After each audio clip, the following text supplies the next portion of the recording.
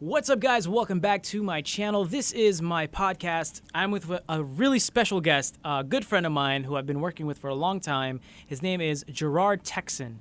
Gerard, thank you so much for being with us. Thank you for having me. Yeah, and I can't wait to just talk and get to know you and just let everyone else know who you are. So without further ado, please begin. My name is Gerard, and I'm from New York. And I do videos and work at a college. You should have told me something to prepare, dude. Look, I'll help you out, man. All right, so Gerard, we worked on a bunch of YouTube videos. We met up through my friend Castro from high school, and we used to go to aviation high school together. So, excuse me, he put me on these guys, and they were called... Oh, there you go, our boy's here. Special guest, if you want to say hi. He just crashed in the podcast. Say what's up to Z. Hi, guys. You want to say hi? You can over here. The camera's right here. There's only two cameras. Yeah. He's just chilling. Yeah, you can come through with both cameras. Yo, so we met through aviation high school. Well, through my friend from aviation high school, Castro, who let me know about you guys. And then I think you had Dayside at the time. That was the name before, right? Yeah, Dayside Productions. Dayside Productions, and we just clicked because they were just like me. I mean, geeks with a passion, film passion. Yes. They love video games, anime, fashion, like all types of stuff. It's really cool, and it clicked with me. So I was like, these guys are awesome. I want to work more because I already had an established YouTube channel at the time. That's how I got linked up with them. Well, what was your YouTube channel again? It was. Are We Famous Now? No, it was before that. It's like Strike. Oh my gosh, really? It was around that time? Yeah, it was around that time. It was X-Strife X. Yeah. That was my original. That was my original YouTube channel. That's embarrassing. Yes, and then you evolved into Are We Famous Now? That's right. Yeah, and then we started growing from there, and we started moving into a lot of things. So I'm gonna let you take it away, but well, you know what? Something's like bothering me. You have a cool entertainer talent like right behind these cameras. He's right above the chair. I mean, he should be part of this. Yeah, he needs to be part of this because he could definitely add into something like this. So because come through Z. No, it's you guys. No, why don't you just sit here? Because the thing is, I remember like the setup how Tom Green had it before. For some reason, he just had like one dude with a coffee. Z's the next Tom Green, bro. Z's the next Tom Green. You're gonna have your own show doing crazy shit. I can say it right now. Oh yeah, there's a chair there. Yeah. Just grab a chair. Let it come through. Good to chill because this is a G's shit, man. No, yeah, it's fine. Shout out to Gerard, man, for really helping me in my content, giving ideas from like the Pokemon Go to the Mentos commercial. And Yeah, we're Filipino, so yeah. I just want to like show the screen. I mean, see, look at this. Isn't that awesome? Zelda. Oh yeah, So I'm a big Zelda fan. So that's how we really linked up. But yeah, take it away. How did you start your YouTube channel? Why did you start YouTube? Why did you get into filming?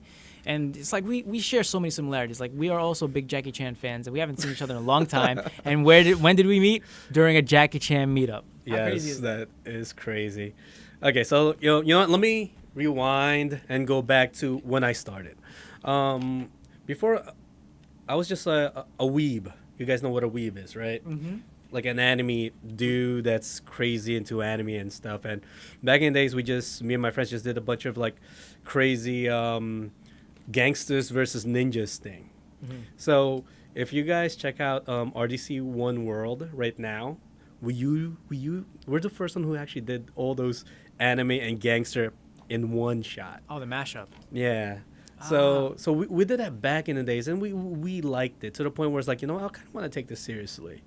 I want to keep producing a lot of video content, and Dayside Production was born. Dayside Production is a group of people who want to create content to entertain people. At first, we were heavily influenced by Wong Fu Productions. Yeah, I love those guys. Yeah, Wong Fu Production was like an Asian video production group, and did a lot of like love stories. Had a lot of people of color, mainly Asians, into their content. It's like, wow, that could be us. I could tell my story and create it into a video form. And from there on, we produce a lot of short films about a guy try to fight for this girl that he loves or likes. And Was that with Jake Choi? oh yeah, no, let me get All let me right, get sorry, to sorry. that. But Spoiler alert. Sorry. but that's usually my main theme. And then throughout that endeavor, we got to meet so many awesome people, like yourself, like you also, like, because the thing is, like, I like featuring really talented people. One of them was Jake Choi also, who I was like, wow, this dude looks like he came out of like a Korean drama and stuff. Let me ask him if he wants to be in a short film, and he would be like that asshole bully who has, who has that hot chick and stuff, and you got this main character who's like geeky and who wants to get that girl, but he has to pass through that asshole dude. And yeah, that short film was called For the Win, and that's the first time I collaborated with Jake Choi. And now, if you actually Google Jake Choi, Yeah. he's in is it NBC or ABC? I think it's ABC. It's ABC's Single Parents. Yeah, he's on a TV And show. he's everywhere right now, and I'm really happy for him.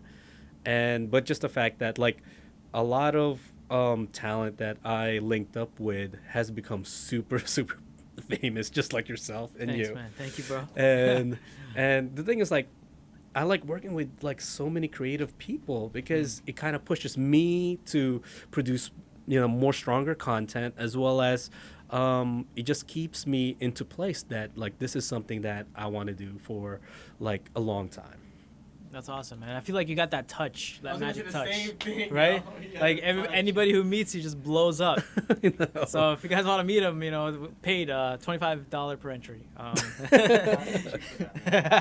Yeah, but it's like, it's crazy because I remember Jake Choi. We first, like, when on our first production, I was there when you had him, and then, like, Jake Choi is like an actor that worked with Gerard, and he had him on a lot of short films, and he's a really cool dude, Jake Choi.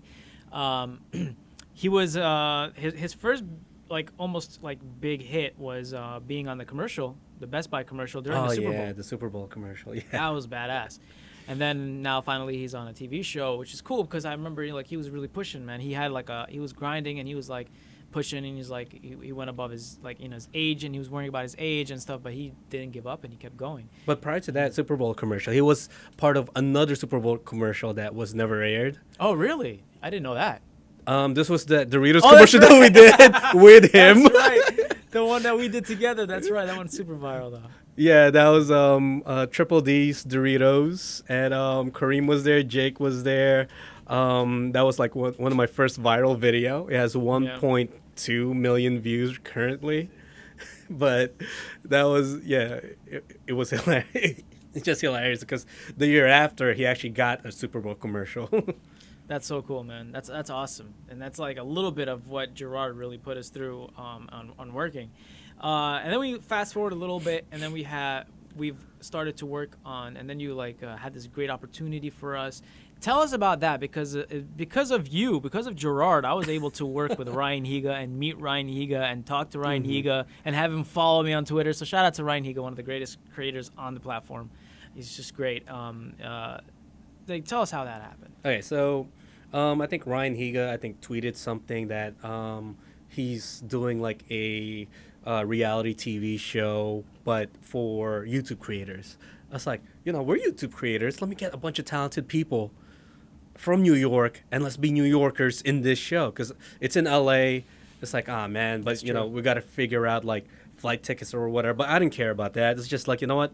Let me see who's in, who has some type of funds to go to LA and try out, because I think at that time we were on top of our game.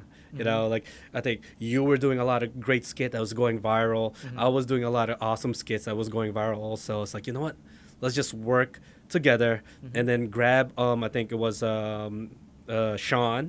I think you just met him there. It was Sean and Earl, another friend. And it's like, what? And actually, I invited David and Jake also. David and Jake, they didn't take us seriously. He's like, well, why go all the way to LA, spend money? You guys are never gonna make it. And Jake was like, are you for real? You're gonna go to LA for that? I was like, yeah, we are. You know, I'm just gonna give it a try. You know, Yeah. you take this opportunity when it's presented to you. That I think that's always my mantra. When an opportunity presented to you, take it. That's awesome. Okay. Yeah, that's good. And just be smart about it, because some of them are like flakes or scams and stuff. You just got to be smart about it. But this one's coming from Ryan Higa. He's pretty big, so I don't think he's scamming anybody. Yeah. So the one that says yes was Sean, Earl, and Kareem. It's like, you know what? Let's go. Let's suit up. Let's go to LA. Try out. So we got to LA, and it was like American Idol. They got us in the LA studios. They got us in this big warehouse. Everybody. And then, we were scoping out the competition. It's like, you know what? I think we're a little bit better than those guys. Oh, you got to watch out for that one. Yeah. She's really pretty. She's Lana McKissick. Yeah, she's great, by the way. Yeah. Shout out to Lana McKissick. And then there's She's also very talented. Yeah.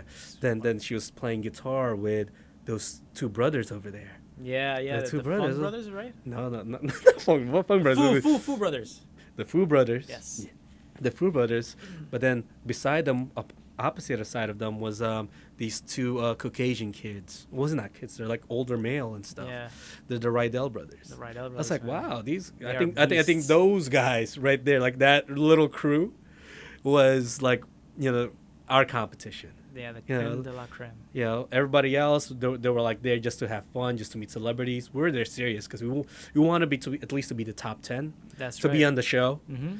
and to win it.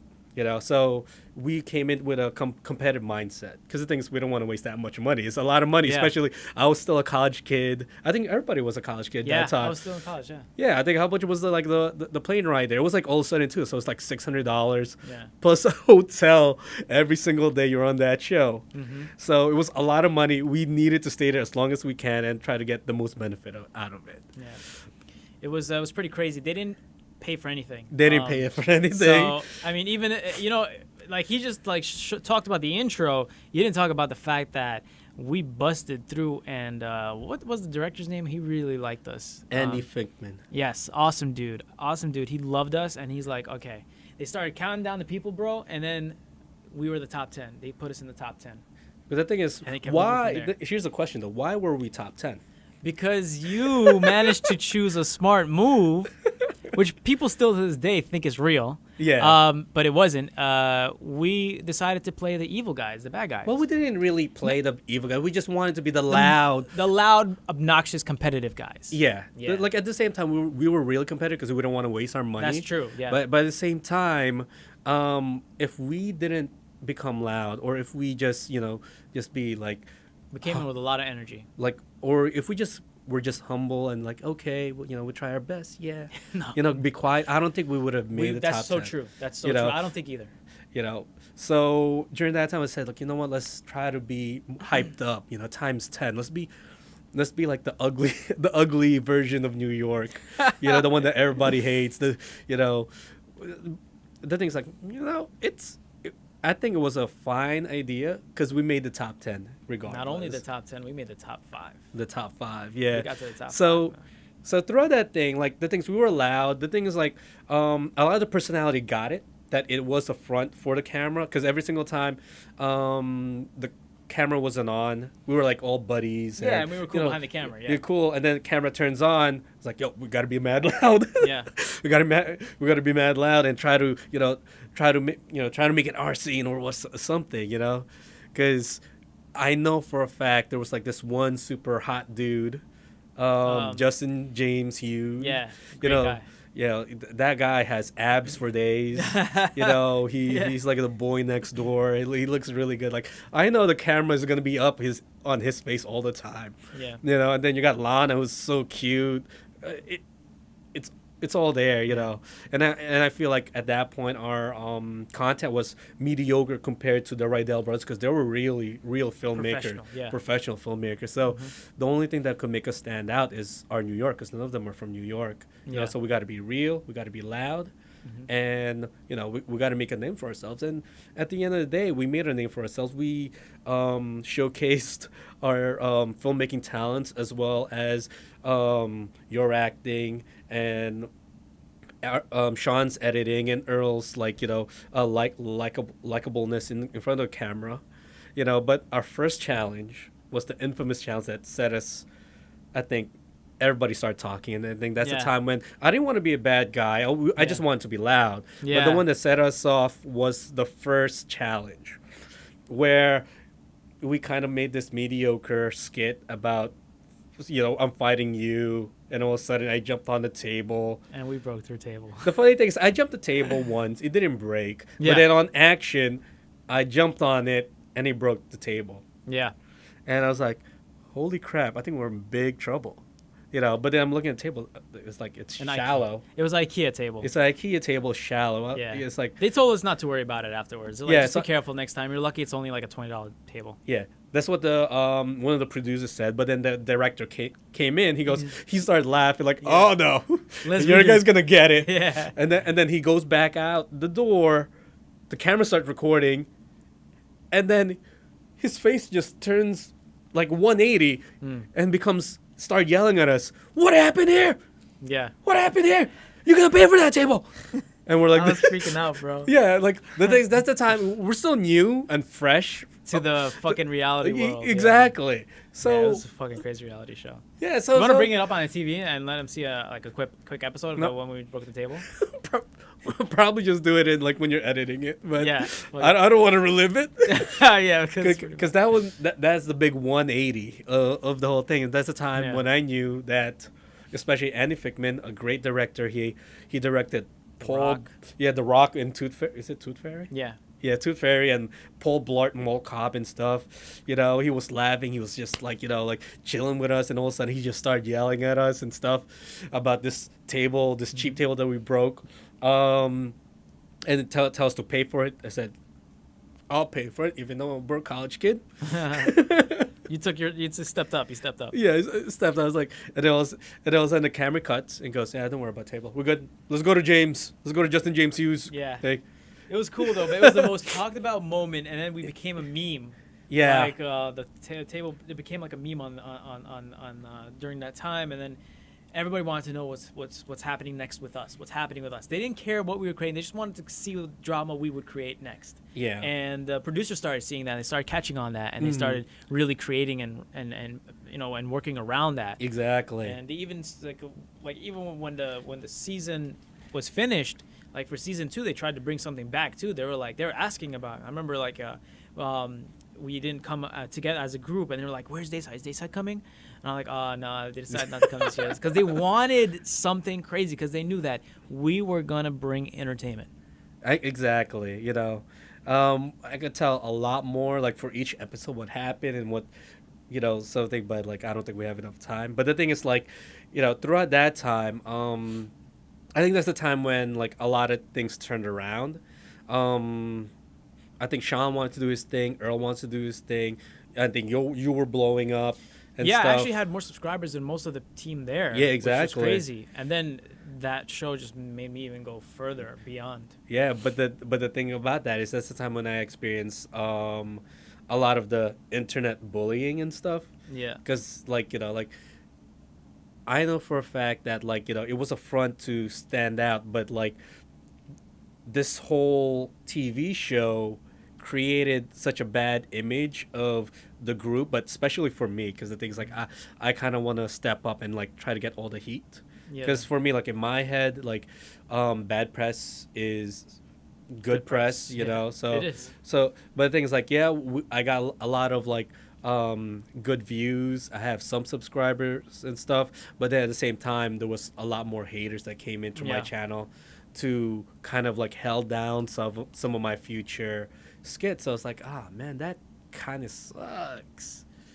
But I think that's the time when it's like, you know what, I gotta take a break from YouTube and start doing more real, not real, but like more serious filmmaking.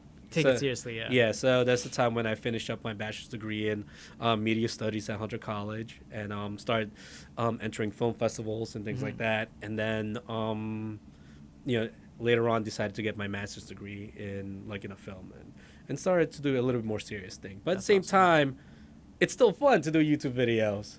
Yeah, man. So I love it. that's what always makes me it links up to you and stuff, and a lot more awesome people, because sometimes doing a lot of serious short films, it's cool, it's it's good for your your accomplishment, but sometimes it's not fun. It's more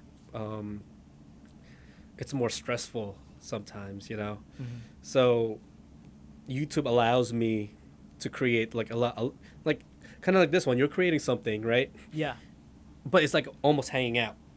So yeah. That's the thing that I like about doing YouTube videos. And That's so true. That's one of the main. It's very therapeutic for me whenever I'm working with you or any of these guys. It's like I'm not just gonna go and film and be stressed out. I'm gonna also hang out and have a good time with these guys. Exactly. So it's it's doing killing two birds with one stone. You're hanging out, chilling, and filming, creating something crazy that could change your life. Yeah, that's the thing I love about YouTube.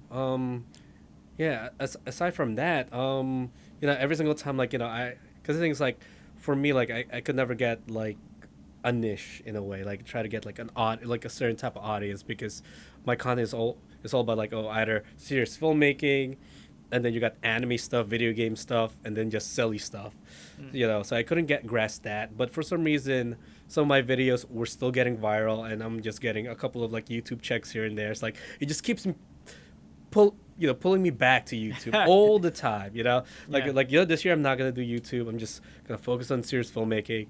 But then they got Jackie Chan for some reason in the YouTube space. I remember that. I was what? I'm going back to YouTube space. Oh, actually, the first time I actually got back to the YouTube space is when they had the CBGBs. I love punk rock music, and when I heard that they actually have a set that has the real walls of the venue CBGBs, it's what, I have to go back. And from that there on, I checked out the YouTube program, and I noticed that YouTube is very serious about their production, kind of like what you have right now. You got the C100 Mark IIs, C300. C300 Mark IIs with cinema lenses. That's $20,000 cameras right there and each stuff. Yeah, each of them. That's yeah. Where can you get that? And we could rent it out for free. And that's beautiful. It's a beautiful thing. Well, not technically for free. I mean, they take a cut from us on our checks, 10% cut. What YouTube takes actually 45% or 55% of our. We don't get 100% from our cut, right? So technically, I don't know. no. When you get your check on YouTube, right? It's not the full amount from AdSense. They take YouTube takes. Oh a yeah, cut. yeah. So technically, we are paying for this. Yeah, technically. We busted our balls Actually, with yeah, this. So I just wanted to point that out there. But thank you still for giving us the opportunity, because it's very cool. But I just think it's amazing, man. One thing that I admire about you is that you're always able to gather a crew, always have a crew, always able to work professionally and get a team together. And it was really, really inspiring for me. Because that's one of the things I still struggle with till this day, to get really a crew, man. It's hard to get a crew of people, of like-minded people who are willing to be you know what?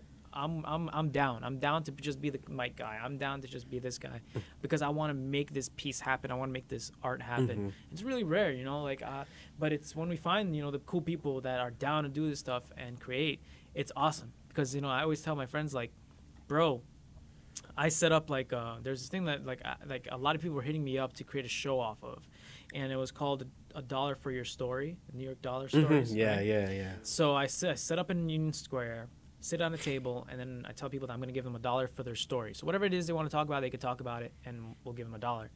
And we just started having an incredible different people coming through from all walks of life.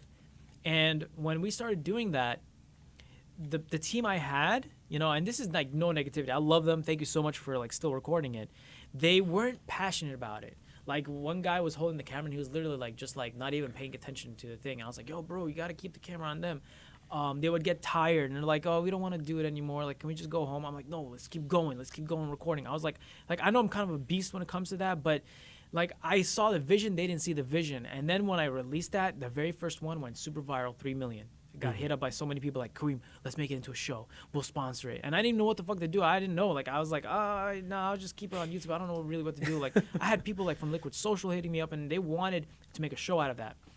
And then I was like, I released the second one, another 2 million views. And then the third one, another. And then after that, they didn't want to do it anymore, so I didn't have a team to help me with it. Time went by, everybody forgot about it. I could have had a really good series if I kept it weekly, you know? And that's the thing, man. It's really hard to have a team that's dedicated. Yeah, the thing is like with me is if you notice, like I always have like a new team for like for like the new year, you know. That's true. You know, sometimes a lot of people just cling on to you just because you have access to so many different things, you know, and you just got to be wary of a lot of those type of people where Let's like just talk about that. Yeah, like like use you for your exactly. shit that you got. It's like, you know, like you trust these people. They want to work for you and do a lot of cool stuff, but at the same time, you know, you once your back is turned, it's like they're not there anymore. You know what I mean? So, you know, watching out for those things. But like for me, I only got into that with a couple of people, but like majority of the people I work with, like they're very passionate about the stuff they do, and they're really good at it. They're really good at it. It just came time to the point where a lot of them grows up, and a lot of grown up things start popping up. Like you know, like a lot of times it's money. You know, a lot of times is like either going back to school, having a girlfriend, wife, and having a kid or something. So that's, you know, that's something that's like a lot of people, like especially in my case, a lot of people, couldn't go on and move on. Like, not unfortunate, but fortunate for me, like, you know, I found a way to be to maintain this type of lifestyle where, you know, I have good money going in.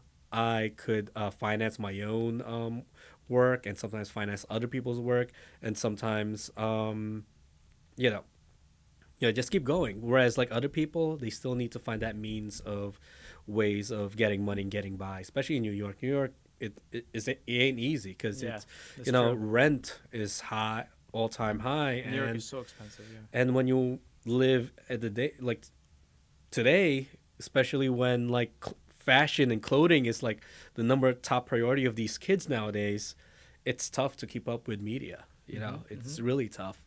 So for me is like, I got a job at a college, and I started doing some, you know, teaching gigs here and there for films and stuff. So I got a lot of fresh kids working for me.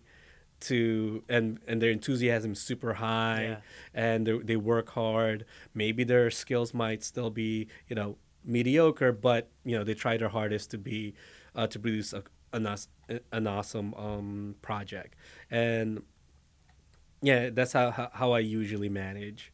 But for the rest of the people, that's like, you know, the ones that I work with, a lot of them turned into like freelancers.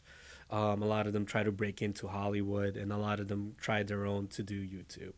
Right. So, yeah, it's really tough, but at least we got each other to help each other out. That's you know, right, man, always. You know, and you guys have been like really helpful, and you know, like with a lot of my projects, and you guys make it fun. You know, and that's the most important thing. Exactly. Yeah. So, what's your plans for 2019? What does Gerard have in 2019 for us? 2019, like it's always my it's always my plan to actually quit YouTube, but then you guys made one of my videos viral again. One of my a video, Doritos commercial, nonetheless, that I created 4 years ago, and now it's at up to 3 million views. I was like, oh, come on. And then I'm looking at the AdSense of it's like, whoa, I'm getting a good check because of this. Yeah, bro. So I guess you lucky. I gotta jump in on that Doritos. You probably got Doritos commercials paying up the ass for that. Freaking Doritos. You saw the new Doritos commercial? No, I haven't actually. So last year they stopped the whole Doritos competition and stuff. It's like, oh, come on. It was fun for creators to do a lot of cool stuff. Yeah, you get $1 million if you win. Yeah, and then it boosts up people's career and stuff. But they stopped it last year, and then this year I saw this Doritos commercial. And guess who's in it? Chance the Rapper and the Backstreet Boys Both? One? in one. Oh yeah, I saw a picture of that. I have to see that. I was like, come on. But whatever, at least some people are still searching up in YouTube about Doritos commercial, and they see my commercial and stuff. It's like a name drop. You got to have a creative. Like, speaking of the NFL, I've noticed like a lot of the commercials were pushing AI. So what do you think about AI? Like, do you think that's gonna take over the movie world industry? Like, imagine just an AI recording and can AI create art? You know what? I was watching the Super Bowl. I did notice a lot of AI stuff and robots stuff. And I was like wondering, like, why are they pushing these things so much? Yeah. But I had to say, at the end of the day, someone has to conspiracy. program those. Someone has to program those robots. Yeah. So the people that's making money out of those things are programmers. And to your question, if AI will produce better art than humans, I don't think so. It's still, You really do? I don't think so because they do like a lot of their thinking through like calculations and maths and whatever and stuff. That's true. I think there's like a human element that you can't really tap into. Exactly. But I feel that AI is infinite to the point where it could just keep machine learning and just being better than the last second. And it's going to keep on growing. I don't know if you heard about this, but I think the artist was Van Gogh. So they got I'm pretty sure it might be that artist. If not, I'm sorry. Just write in the comments below. They took an AI machine and they made it learn all his art pieces, all his paintings, right? So they recorded every single one, and the machine just learned every single one, and then they made that machine recreate a new art piece, completely original, in the likes of Van Gogh. So it took everything from Van Gogh and he created a piece that, if Van Gogh was here today, that's something he would create. That's something close to what he would create. How crazy is that? Like, it just shows that Van Gogh could come back as an AI just because the machine was studying his drawings. That's pretty crazy. I mean, it is crazy just the fact that like an AI could definitely adapt to someone's skills. Yeah. But then who's really good at adapting at someone's skills and making it better? The Japanese. That's true. They're very smart. Like I don't think like they're like the best innovators, but when they find a good idea, they could actually make it better. One example is like, who created the first video game? It was some white guy. Yeah, like It was Pong, right? Yeah, well, was it Pong? And guess what Yeah. happened now? Like, damn, like majority of the They took it over. Yeah, they took it over and stuff. Yeah. So that's like one example, especially, and then with the cars and stuff. I think Japanese cars is still pretty I don't awesome. know. Tesla seems pretty cool. Oh, that's the new stuff. Watch until like a Japanese dude start thinking of new Tesla times 10. I don't know. Yeah, man, that's crazy. I mean, what about you? What do you think about AI? What do you think AI is gonna do to Instagram? Do you think there's gonna be a robot that's gonna take over Instagram and just do everything perfect? No, I just thought about when you talk about the Japanese, they had like the Japanese virtual sex machines. Oh yeah. That's what I was just thinking of. So what do you think about that? I want to try it. I'm down to try it, but That is something interesting, to be honest. Did you see like the VR of the young kid who was playing around with it? No. He had a machine on, and you could see what he was seeing. It was like a young, like it's not a schoolgirl who's of age, not young. It's just that she looks young, but she's of age. And he had the balloon, and he was like humping the balloon. Wait, was it an anime girl? Yes. Yeah, it was an anime chick. And he was just like going off, and his boys were recording him, and he's like lost in this world, just humping her, and you could see her in 3D, like what he's doing. And I think, honestly, bro, if that takes over, we're not like. I mean, I don't want to say me, but I feel like the men in general are gonna have no use for actual women anymore. I'm be straight up. Like I know it sounds crazy, but think about it. You have an AI woman who has like this perfect new 3D printed body. Big boobs, big ass, curves, and everything. She could do whatever you want. She could have any type of sex you want, but she doesn't talk back and she doesn't annoy you, and you could do whatever the hell you want after. Right? That's That's scary, bro. Crazy. And it's closer than we think. I think. No, it is close. Like like these robots nowadays could definitely perform a lot of crazy stuff. Have you ever felt their skin? It feels so real. Like my boy, he because they were printing one, and if you slap it, like it feels like real skin. Like it's insane. Yeah. I don't know if you know Timothy Delgado. You know Timothy. Yeah. Yeah, Delgado, right? I went to his house and he had one. He had like He had one. no, he had like the ass one. It's just, Oh, it I just think I has- know that. Yeah, just yeah, it's, yeah. It's just an ass, Yeah, but it's yeah. made with like high quality, Yeah. like kind of feels like skin. And he was like holding it when he was talking to me, and he kept slapping. I was like, Mm-hmm. "Yo, bro, that looks so real. Can I touch it?" He's like, "Yeah." I touched that, and it felt legit, bro. I'm like, "Yo, this is the future right Yeah, here." I touched a flashlight before.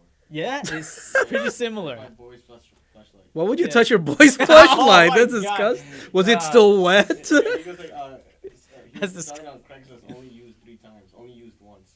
What, bro? Are you kidding me? That's Yeah. disgusting, bro. Holy shit! Did you No. get yourself checked after that? No, I didn't get myself.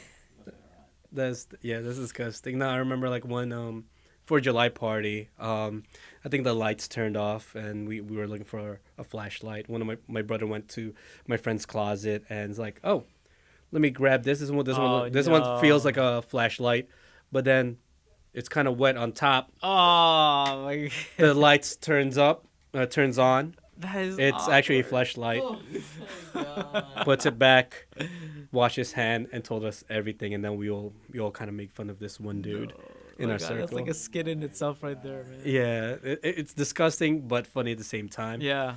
But like at the same time, like the real thing is still number one. And plus the Of course.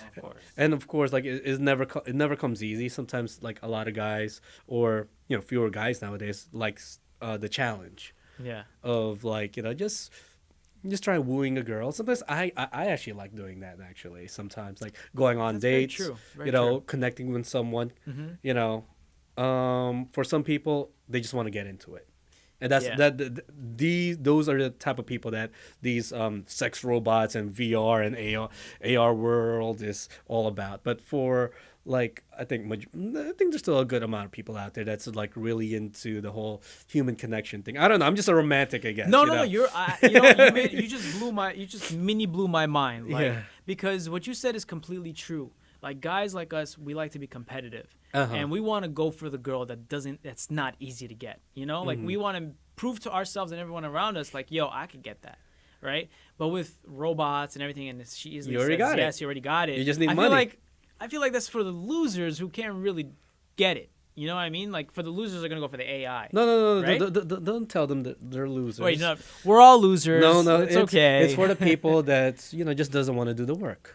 Okay, that's a Okay. better way to put it. Which I think still are losers, but yeah.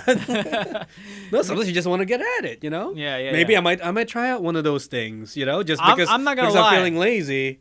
I'm not gonna lie, I'm gonna try it. I'm gonna probably Why get not I'm try probably getting my Oh. girlfriend into it too. Hey, you wanna try? Us three? Stick to what you believe. Yeah, we're What's funny thing is I went to Japan and there's the red light district there and stuff. And the first thing that I see in that red light district is this door that has a bunch of pictures of sex dolls. yeah. So in other It words, looks like so real. there's like real people, for like strip clubs over there and maybe like those love hotels over there. Mm. Then there's like this area where it's only like fake girls or like dolls and Dolls, stuff, yeah. like real life size dolls that people pay for and go in. And when I'm like staring at it at disbelief, there's like one dude that just goes in there. And Yeah. stuff. Actually, I watched a documentary about this, so I take it back. You guys are not losers. I apologize because I saw this documentary about someone who has a doll and it's all he had is that shit was emotional, bro, and I felt really bad. So it just came to my mind again. And no, you're not a loser, but it's like it's crazy because like they really are attached to these things. They take time and they build them and they pay so much money on it. It's It's not pretty even crazy. that. Like a lot of the people that actually owns one that spends so much money on it has social anxiety. yes, Like yeah. it's hard for them to be sticking with this society and have like a hard time like talking to girls and stuff. That's why Yeah. they settle on with these things. And I don't blame them, to be honest. I mean, if you're gonna do that and not hurt anyone, then hey, Yeah. have fun. Yeah, so it's not doesn't hurt anybody. It's good.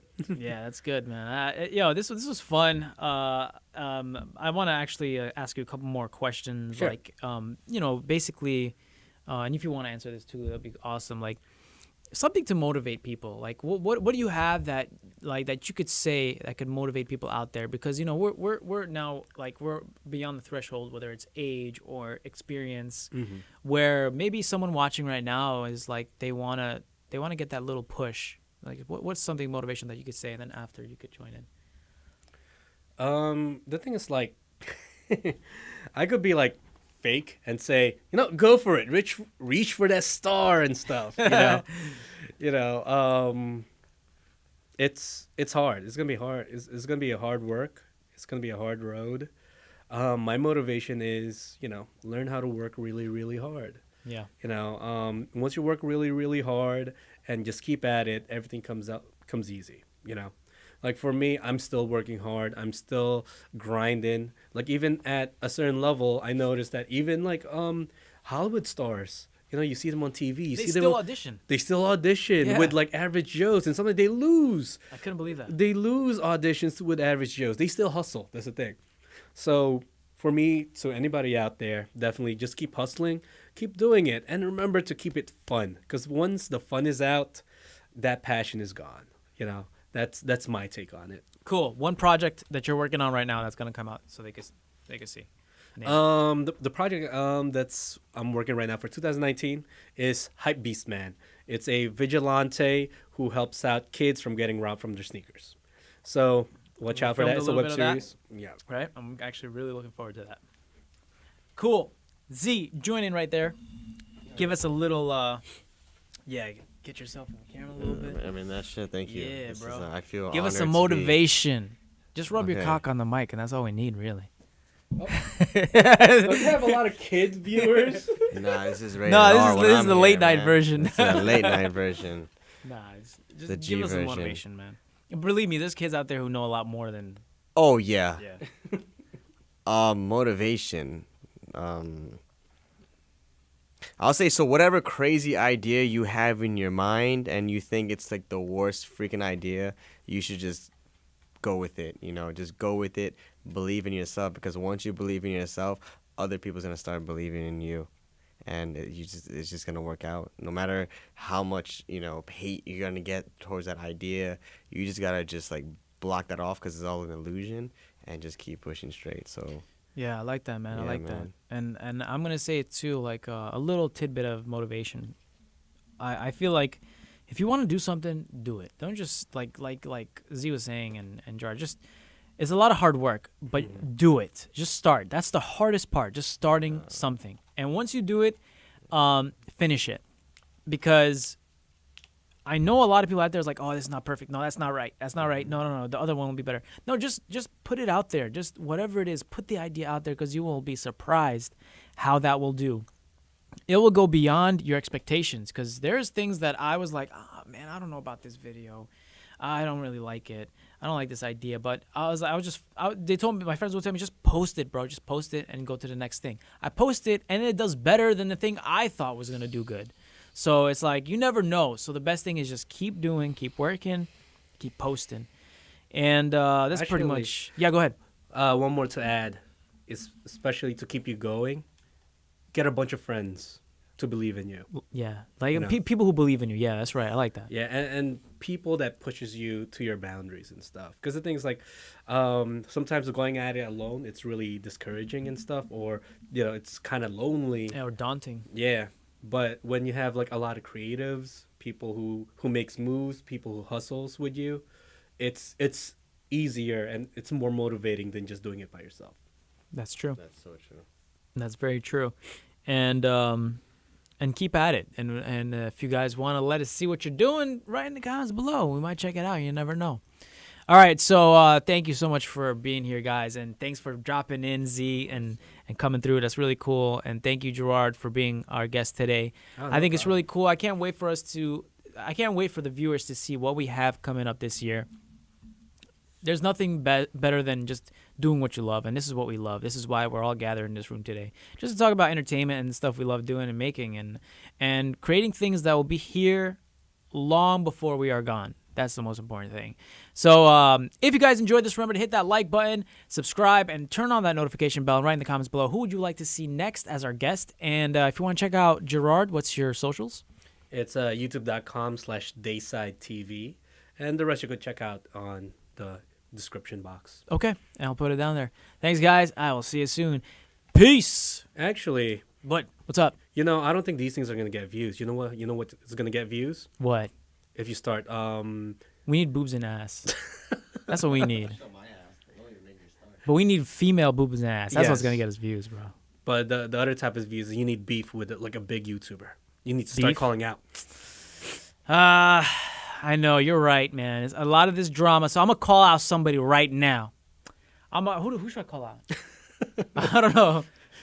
Actually, believe it or not, you just reminded me of something. Okay, here's another exclusive tidbit. This is a thing now. I'm like Z opened me up to. I'm gonna give like some exclusive, never before said or seen information here on this podcast.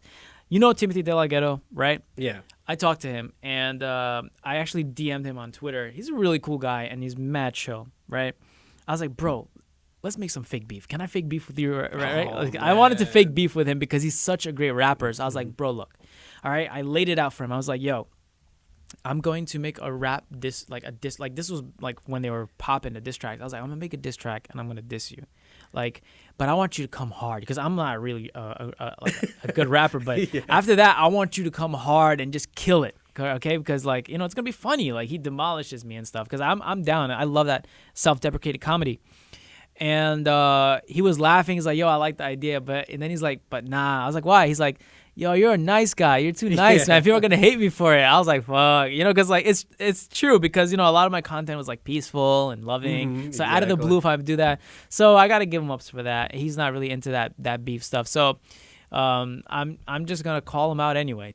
Timothy DeLaGhetto, I'm gonna call you out, boy. If you want to make some fake beef, I'm down. But I know you will demolish me. But he's a really cool guy, and he's down to earth. So that's pretty much it. I mean, you guys have anything you want to put in and say before we close the remarks? For closing remarks. Nah, I'm good. All right. I don't want no beef. Those guys are dangerous. All right, man. Thank you so much for being here, guys. I'll Thank see you you for guys having soon. me. Peace. Peace.